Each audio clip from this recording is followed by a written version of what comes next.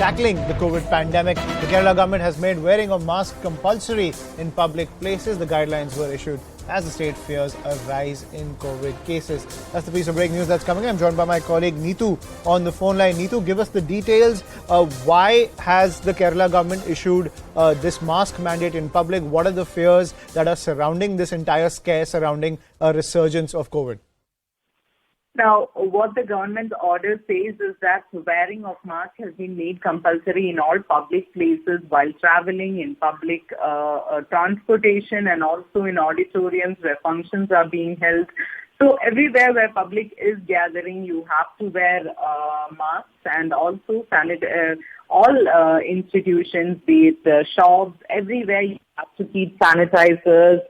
And public and distancing should also be followed. So these are the norms according to the new guidelines, and it says that it is to manage the COVID situation. So that is what the government order says. It doesn't mention anything about whether there is an increase in the cases. It has been issued like a general guidelines. The government order comes in, but since for some time there has been the restrictions were not that strict, and so suddenly when the government is issuing this order, there is concern among the people, but the government in this order says that this is the precautionary measures that we need to follow in this situation. Right. And Neetu, at the same time, are there fears that because of air travel there could be a rise in COVID cases? Is the government focusing on that?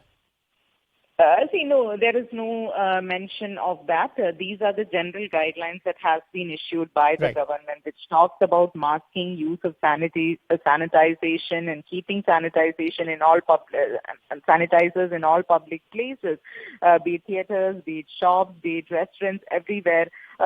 It was a common usage for quite some time, but then people have stopped using it and wearing masks as they have earlier done. So this is now again an order that has been come in.